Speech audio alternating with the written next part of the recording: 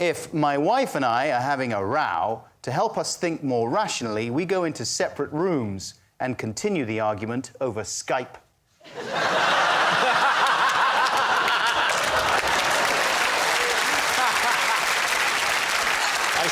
I should say, before we kick off here, if anybody in Wales is watching, Skype is, it's a sort of telephone call with pictures. David. Adam, where did this idea come from? Well, it first started when we were not in the same physical space. Well, like, we weren't in the same house. We were On Skype already? We were on Skype, we were in different countries, and we were having quite a difficult conversation that I was anticipating was going to get out of hand, and I was surprised by the fact that Skype enabled us to stay relatively calm. What was the difficult situation? I was going to ask Did it go along the lines of, what's that person doing in the background? So what was the last row you had that required Skype's intervention? Well, I mean, this is kind of personal. You brought it up, mate. I mean, it was sparked off by drawers being left open. Oh. I mean, I was very irritated because it was something that I pointed out a number of times, and I was disappointed to see that the conversation. Classic. Yeah. I'm not angry. I'm disappointed. So I was very disappointed to see that the tip that I had given about keeping the drawers closed, especially the ones at a low level, so I don't bark my shins. Is that really unreasonable? I was disappointed to see that that chat hadn't been actioned. So how do you go from arguing? Yeah. Which one of you will then say, OK, whoa, time out. Let's. I mean, that's enough to start a divorce. Someone goes, OK, time out. Right, that's it!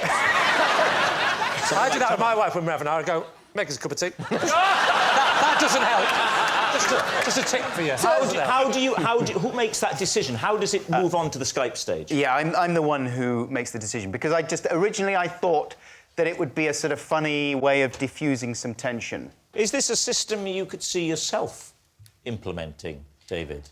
No. You and Mrs. Mitchell, perhaps, if tempers are ever, heaven forbid, raised? Well, I think it wouldn't work for us because I think we find computers more annoying than each other.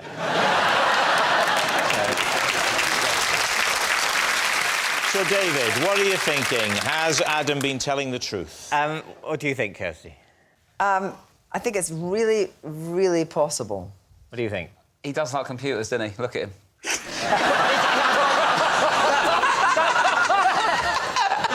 I've got one last question. Come on, then. All right. The first time you had the row in real life, and you had in the back of your mind that maybe if you could get onto Skype, the row would be diffused.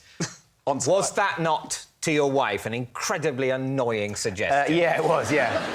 I would have thought that the de-escalating effects of Skype would be overwhelmed by the escalating effect of suggesting Skype. It's heavy going, isn't it? It is heavy going. It's very heavy going, that one. 8 years of this. Get to the point! Get to the point is not an exhortation you can fairly make during a parlour game. There is no point. This is a pointless exercise. We are whiling away our finite time before the grave.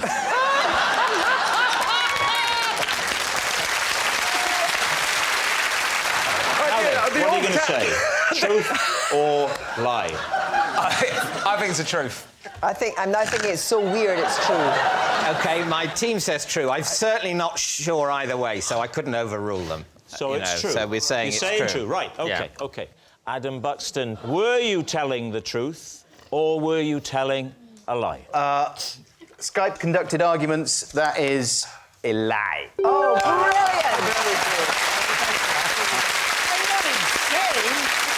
Yes, it was a lie all along. Adam and his wife don't go into separate rooms to argue over Skype.